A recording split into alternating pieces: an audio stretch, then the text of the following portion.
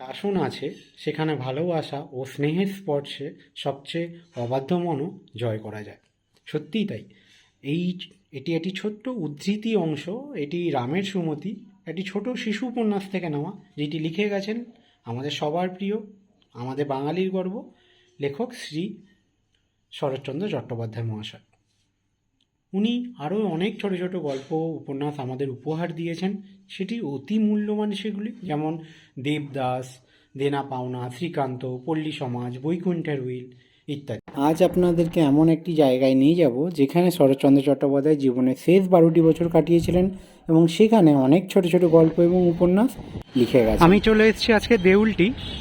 তো এই দেউলটি থেকে আজকে যাব আমি সামতাবেড়ে গ্রাম, যেখানে আমাদের একজন বাঙালি বিখ্যাত ঔপন্যাসিক লেখক শ্রী শরৎচন্দ্র চট্টোপাধ্যায়, উনি এই সামতাবেড়ে গ্রামে 12টি বছর প্রায় ছিলেন। সেই সামতাবেড়ে গ্রামে আজ আপনাদেরকে নিয়ে যাব। সেই শরৎচন্দ্রের ওখানে একটি কুঠি রয়েছে, যেটাকে শরৎচন্দ্রের স্মৃতি উদ্দেশ্যের বা কুঠিও বলা যেতে পারে, এখন ওই নামেই পরিচিত, শরৎচন্দ্রের স্মৃতি কুঠির নামে। বা আপনারা বলতে পারেন এখানে দেউলটির স্টেশনে নেমে আপনারা হাওড়া থেকে যে কোনো ট্রেন, মেদিনীপুর, মেছেদা, পাঁশকুড়া লোকাল ধরে দেউলটিতে নামতে হবে, বা আপনারা যদি মেছেদার ওই সাইড থেকে আসেন তাহলেও সেই ট্রেন ধরে দেউলটিতে নেমে আপনাদেরকে বলতে হবে শরৎচন্দ্রের বাড়ি যাব, শরৎচন্দ্র কুঠি। তো বললেই আপনাদেরকে স্টেশনে নেমে আমাকে এই স্টেশন থেকে নেমে আমাকে ডান দিকে যেতে হবে, যে কোনো টোটো বা অটো ধরে আপনাদেরকে বলতে হবে সামতাবেড়ে গ্রাম, তাহলেই আপনাদেরকে ওই শরৎচন্দ্রের কুঠিতে পৌঁছে যাবেন। আপনাদেরকে ঘুরিয়ে দেখাবো, সব কিছুই ডিটেল শেয়ার করব, চলুন ঘুরে আসি। আপনারা দেউলটি স্টেশনে নেমে টুয়ার্ডস হাই রোডের দিকে যেতে হবে। ব্রিজের তলাতেই টোটো পেয়ে যাবেন, টোটোতে পড়বে 35 থেকে 40 টাকা পার হেড, আর বলতে হবে সামতাবেড়ে শরৎচন্দ্রের বাড়ি যাব, তাহলেই আপনাদের বাড়ি অবধি পৌঁছে দেবে। টোটোতে লাগবে 15 মিনিট, আমি পৌঁছে গেলাম শরৎচন্দ্রের বাড়ি। বাড়িটিকে আমি সম্পূর্ণ ঘুরিয়ে দেখাবো আর সম্পূর্ণ অজানা তথ্য আপনাদের সাথে শেয়ার করব, তাই ভিডিওটি শেষ পর্যন্ত অবশ্যই দেখবেন, মিস করবেন না। আমি রয়েছি বাড়িটির একদম সামনের অংশে, বাউন্ডারি ওয়াল দিয়ে ঘেরা, রং করা রয়েছে, আর বিশাল বড় মেন দরজা রয়েছে, মেন গেট এটা বিশাল বড়। আর সামনে যে বিল্ডিংটি দেখতে পাচ্ছেন এটাই শরৎচন্দ্রের বাড়ি, 2 স্টোরেড বিল্ডিং, বার্মি স্টাইলের, আর সামনের এরকম সুন্দর গোছানো বাগান, যেটি শরৎচন্দ্র চট্টোপাধ্যায় মহাশয় উনি নিজের হাতে এই বাগানটি করেছিলেন। এটার জন্য পর্যবেক্ষণের জন্য এখন লোক রয়েছে, উনিই পর্যবেক্ষণ করেন।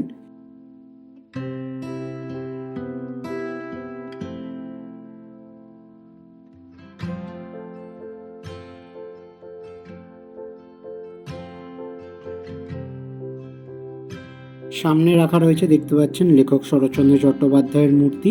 এটি ওনার স্মৃতি উদ্দেশ্যে তৈরি করা হয়েছে।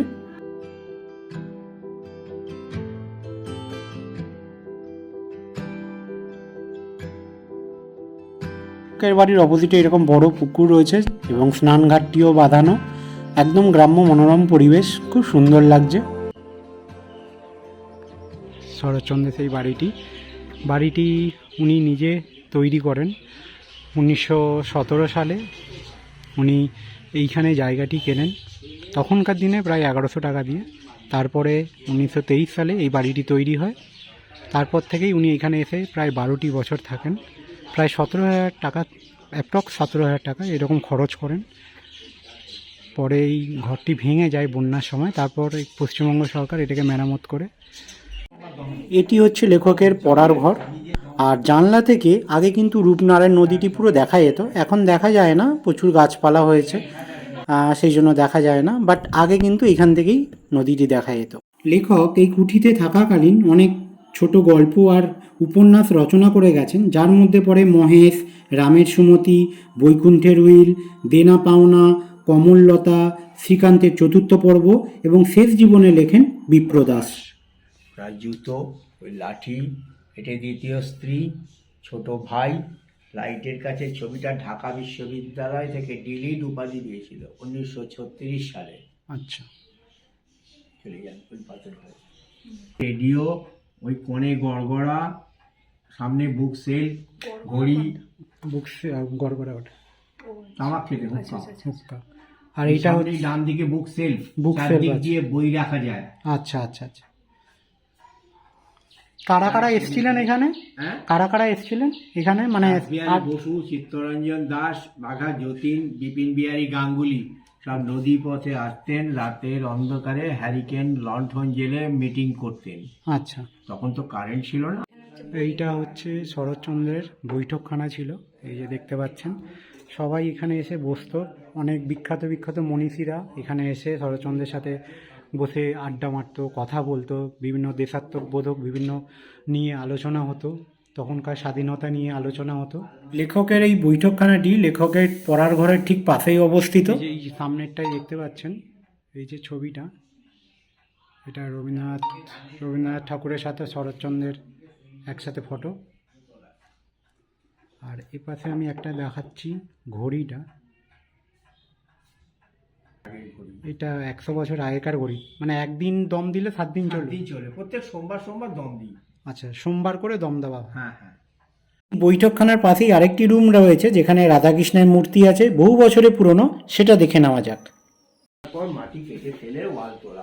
রাধাকৃষ্ণ ঠাকুর আছে, দেশবন্ধু চিত্তরঞ্জন দাস দিয়েছিলেন। উনি দেশের উদ্দেশ্যে যখন অ্যারেস্ট হন, জেলে যাওয়ার আগে শরৎবাবুকে এই ঠাকুরটা দিয়েছিলেন। এইটা রাধাকৃষ্ণ ঠাকুর, শরৎবাবু ওই ঘরে। আচ্ছা, এটা যেটা দেখতে পাচ্ছেন এটা হচ্ছে ধানের মড়াই, যেখানে ধান স্টোর করে রাখা হয়। সামনে যে টালির চালের ঘরটি দেখতে পাচ্ছেন, এটিই হচ্ছে আগে ঠাকুর ঘর ছিল, রাধাকৃষ্ণের মূর্তিটি এইখানেই ছিল, বাট এখন এখান থেকে সরিয়ে ওই জায়গাতে শিফট করা হয়েছে। বাথরুম পায়খানা রয়েছে এই দিকটা করে। এই যে পুরো জায়গাটি পুরো বাউন্ডারি ওয়াল দিয়ে ঘেরা, খুব সুন্দর শান্ত পরিবেশ, সামনেই মাঝঝাড়। আপনাদেরকে এবার আমি দোতলাতে উঠছি, আমি দোতলায় নিয়ে যাচ্ছি। সুন্দর ডিজাইন করা মেঝেটা, লাল সাদা বরফি টাইপ শেপ। এটা হচ্ছে বারান্দা, উপাসটায় আটকানো আছে, উপাসটা যেতে দেওয়া হয় না। আর এইটার ডান দিকটা এই যে দেখতে পাচ্ছি, এই যে জানলা দিয়ে আমি দেখাচ্ছি, এই যে এখানেও দুখানা ঘর আছে। এই ঘর থেকে ওখানে মধ্যিখানে একটা দরজা আছে, সেই দরজা দিয়ে পাশের ঘরে যাওয়া যায়। এখানেও একটা আলমারি আছে, আর সামনেই রয়েছে একটা খাট, বিশাল বড় খাট রয়েছে। আর ওপাশেও আর একটা দেখতে পাচ্ছি খাট রয়েছে।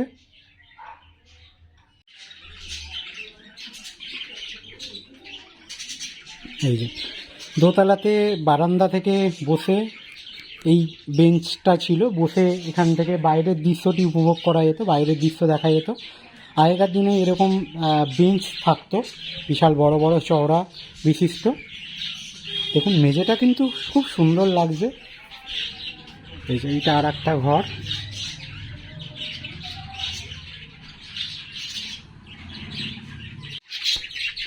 কিছু বদ্রি পাখি দেখতে পাচ্ছি।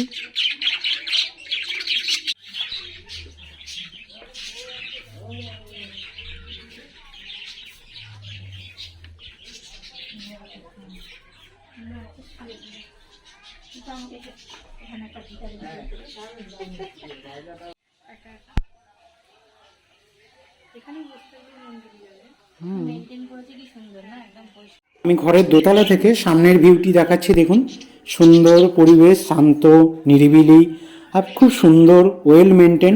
পশ্চিমবঙ্গ সরকার এটার দেখাশোনা করছে, খুব সুন্দরভাবে ব্যবস্থাপনা, পরিষ্কার পরিচ্ছন্ন রেখেছে, ওয়েল মেনটেন। সত্যি আমরা সবাই কৃতজ্ঞ পশ্চিমবঙ্গ সরকারের কাছে। আমি দোতলা থেকে কিছু পিকচার্স ভালো পেলাম, তাই ক্যাপচার করলাম, আপনাদের সাথে শেয়ার করলাম। অবশ্যই কমেন্টসে জানাবেন কেমন হয়েছে।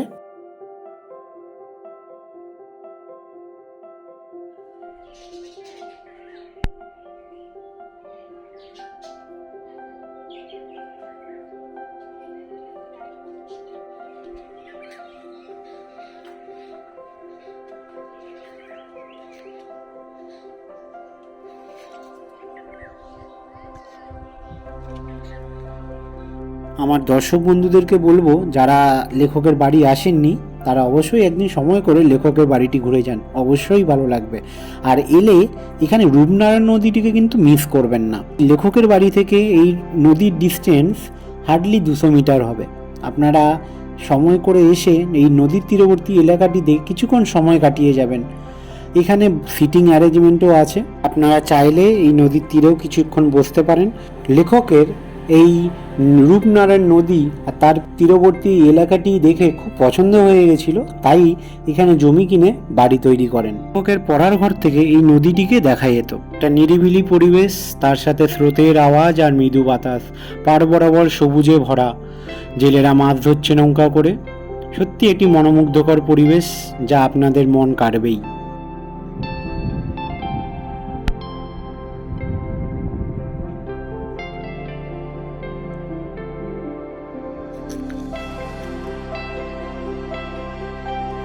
আবার কোনো নতুন ভিডিও নিয়ে আপনাদের সাথে দেখা হবে। ভালো থাকবেন, সুস্থ থাকবেন। অ্যান্ড এই ভিডিওটি আপনাদের কেমন লাগলো অবশ্যই কিন্তু কমেন্টসে জানাবেন।